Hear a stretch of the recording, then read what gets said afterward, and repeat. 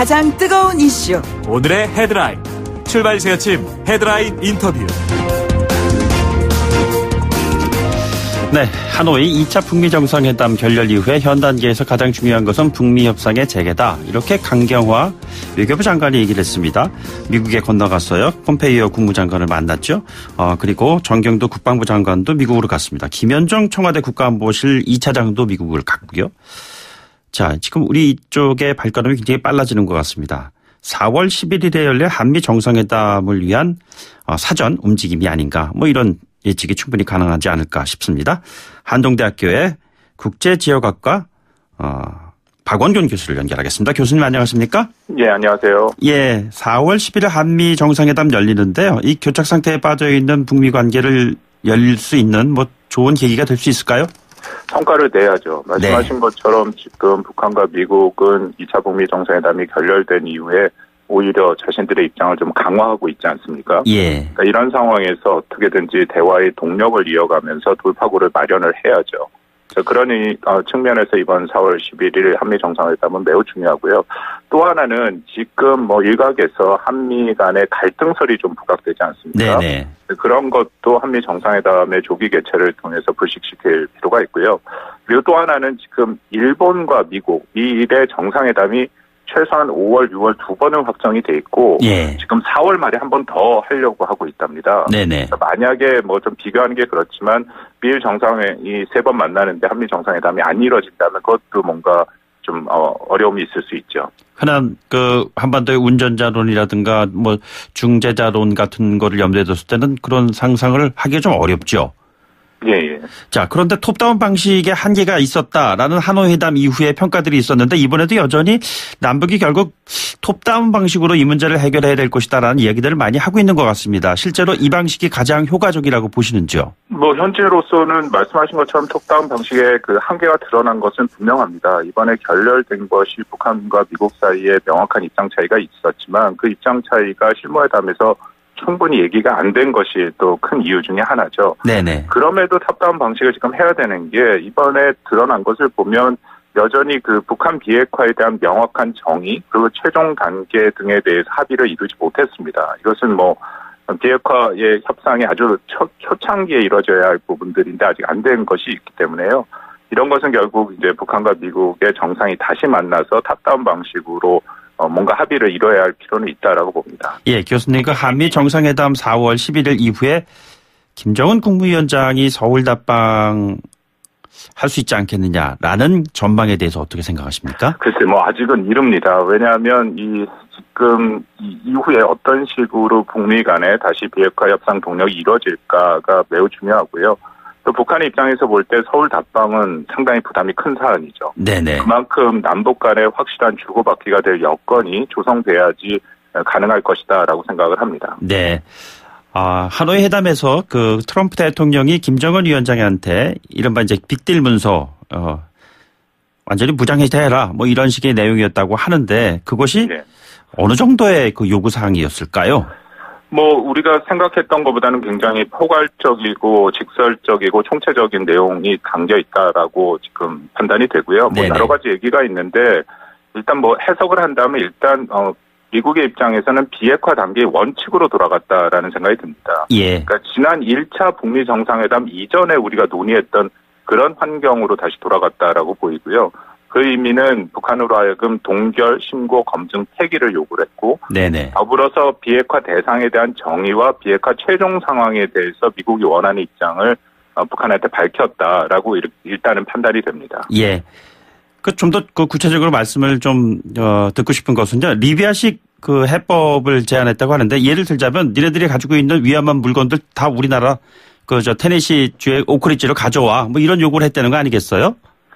네, 그렇습니다. 그 리비아식 이 해법이라는 것이 방금 말씀한 것처럼 1차적으로 모든 핵 프로그램을 전면으로 폐기를 하고 그리고 나서 이제 보상이 시작되는 그 형태죠. 예. 리비아 같은 경우에는 1년 10개월 만에 비핵화가 됐습니다. 네네. 지금 일각에서는 리비아식 모델을 다시 미국이 북한한테 요구한 것이 아니냐라는 얘기가 있는데 지금까지 알려진 것만으로는 정확히 판단하기는 어렵습니다. 이 얘기가 나온 것이 핵무기와 핵폭탄 연료를 미국에게 넘겨라라고 미국이 북한한테 요구한 것은 분명한데요. 네네. 이것을 정말 리비아식으로 모든 핵무기와 핵폭탄을 다 미국한테 지금 옮겨라라고 얘기를 한 것인지 예. 아니면 우리가 들어보셨겠지만 이른바 프론트 로딩이라는 것을 전에 한참 얘기하지 않았습니까? 네네네. 일종의 초기 조치로 북한의 어떤 비핵화의 진정성을 보여주는 형태로 일부러 옮겨라고 했는지도 불명확하고요. 예. 또 하나는 북한한테 주는 상응 조치 여부가 아직 확실치 않습니다. 네네. 만약에 상응 조치가 북한의 완전한 비핵화가 될 때까지 이뤄지지 않았다라면 리비아식이 맞습니다. 예. 그러나 일정 단계에서 상응 조치가 주어진다면 리비아식으로 보기는 좀 어렵죠. 핵 문제의 리비아식 해법이라는 것은 과거의 경우를 보면은 리비아식 해법이 결국엔 리비아 정권, 카다피 정권의 붕괴로 이어졌다고 했을 때 이것이 북한에서 받아들일 수 있을까요? 북한은 이것에 대해서 받아들일 수 없다라고 수차례 얘기를 했고요. 말씀하신 것처럼 결국 2011년 민주화 운동으로 카다피 정권이 붕괴 사망을 했었죠. 네네. 그렇기 때문에 북한의 입장에서는 이것은 무장 해제다라고 해서 분명한 반대 입장을 계속 밝히고 있는 것은 사실입니다. 예. 자, 그렇다면은 우리가 중재자 역할을 하면서 북한에게 전할 수 있는 가장 좋은 메시지는 어떤 것이 될 수 있다고 보십니까? 저는 여전히 미국이 이번에 제기한 게 최종 입장은 아니다라고 생각을 하고요. 예. 미국이 나름대로 정의한 비핵화, 또 최종 상태를 북한에게 전달한 것이기 때문에 이 이후에 협상을 통해서 어느 정도 타협의 여지는 있다라고 생각을 합니다. 네네. 그렇기 때문에 우리 정부에서 지금 역할을 할 저는 공간은 충분히 있다라고 생각을 하고요. 다만 모든 걸 줄여서 한 가지로만 말씀을 드리면 결국 미국의 입장에서는 북한이 핵 프로그램에 대해서 신고를 하라라는 거거든요. 네네. 신고를 더 이상 미룰 수 없으니까 빨리 신고를 하고 그 다음에 그것에 따라서 검증과 폐기 절차를 이어가자라고 얘기를 하는데 네. 북한은 계속 지금 신뢰가 안 쌓인 상태에서 신고를 할 수는 없다라고 지금 하는 입장이죠. 예. 그 부분을 어떻게 좀 절충해 나갈 것인가가 핵심이고 신고에도 굉장히 여러 가지 방법이 있습니다. 구체적으로 시설을 다 신고하는 방법도 있고 아니면 북한이 여태까지 생산해낸 핵물질과 핵무기의 총량을 신고하는 방법도 있거든요. 예. 이게 지금 알려진 게 있습니다만 여전히 구체적인 사안에 대해서는 논의할 게 굉장히 많이 있습니다. 그래서 네네. 한번 또 충분히 어느 정도 상황에서 협의를 하고 또 중간에 타협점을 만들어갈 여지는 있다라고 봅니다. 예. 교수님 화제를 좀 돌려서요. 사실상 화제를 돌린다기보다는 연관되어 있는 주제가 아닌가 싶은데 지난달에 스페인 주재 북한 대사관 침입 사건이 있었잖아요.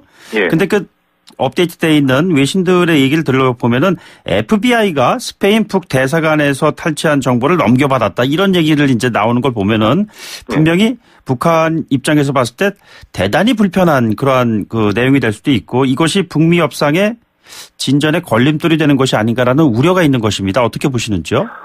지금 북한이 계속 침묵하다가 드디어 얘기를 했죠. 조선중앙통신을 통해서 이런 행위가 엄중한 테러 행위고 더불어서 말씀하신 것처럼 미 연방수사국 FBI의 연계서를 얘기를 했습니다. 그리고 어저께 또 나온 미국 측 보도를 보면 FBI가 정보를 받은 것은 사실이다 그렇게 얘기를 했으니까요.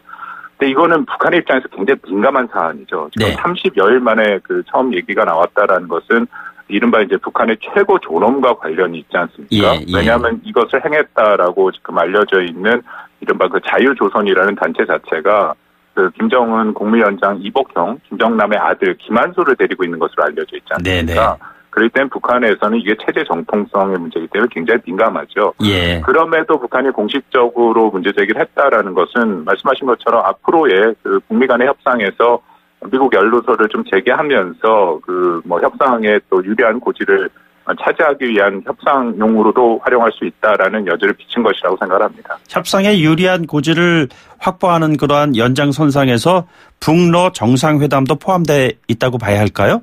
그럼요. 예. 북한의 입장에서는 북러 정상회담을 계속 추진하고 있고 왜냐하면 지금 어떻게든 간에 북한의 김정은 위원장도 1월달 신년사에서 얘기를 했습니다만 미국과의 협상이 잘 안 되고 있는 상황에서 이른바 새로운 길의 가능성을 열어야 되거든요. 네. 그래야 협상에서 북한이 조금 더 유리한 위치를 차지할 수 있고 그러기 위해서는 지금 중국은 사실 어렵습니다. 미중 간의 무역 협상이 그래서 어려움을 겪고 있는 상황이라서 중국보다는 현재로서는 러시아가 일종의 돌파구가 될 수는 있겠죠. 근데 다만 러시아랑도 그렇게 녹록한 것 같지는 않습니다. 러시아 자체도 국제사회의 제재에 지금 놓여 있는 상태고 또 미국과의 관계도 지금 편치 않기 때문에 뭔가 돌파구를 차지하려고 하는데 지금 당장에 글쎄요, 북한과 러시아의 정상회담이 조속한 시일 내에 열릴지는 조금 두고 봐야 되겠습니다. 트럼프 대통령도 러시아 이슈에서부터 지금 이제 상당 부분 자유로워진 입장 아니겠습니까? 예. 이런 것도 어떤 변수한 가운데 하나가 될 수 있을까요? 그러니까 자유로워졌기 때문에 조금 러시아에서도 조심을 하겠죠. 예. 왜냐하면 처음에 트럼프 행정부가 출범했을 때 러시아는 기대가 매우 컸습니다. 러시아가 우크라이나 사태로 제재를 받고 있고, 근데 트럼프 대통령은 러시아에 대해서 늘 우호적인 얘기를 했지 않습니까? 특히 푸틴 대통령에게. 그 때문에 러시아도 나름대로 기대가 있었죠. 트럼프 대통령이 등장하면 다시 미국과 러시아의 관계가 좋아지고 러시아도 어려움을 벗어날 수 있다. 근데 러시아 스캔들로 매내 어려움을 겪다가 이제 뮬러 특검을 통해서 일종의 면죄부를 받았는데요. 지금 당장 또 러시아가 뭔가 미국 국내 언론에서 불편하게 할 만한 일들을 지금 한다면 다시 이 분위기가 역전될 수 있습니다. 예. 러시아 입장에서도 조금은 미국과의 관계를 생각해서 아마 당분간은 호흡 조절을 할 가능성도 있다고 봅니다. 알겠습니다, 교수님. 오늘 말씀 여기까지 듣죠. 고맙습니다. 네, 감사합니다. 네, 박원권 한동대 국제지역학과 교수였습니다. 8시 뉴스 듣고요. 3부에 돌아오겠습니다.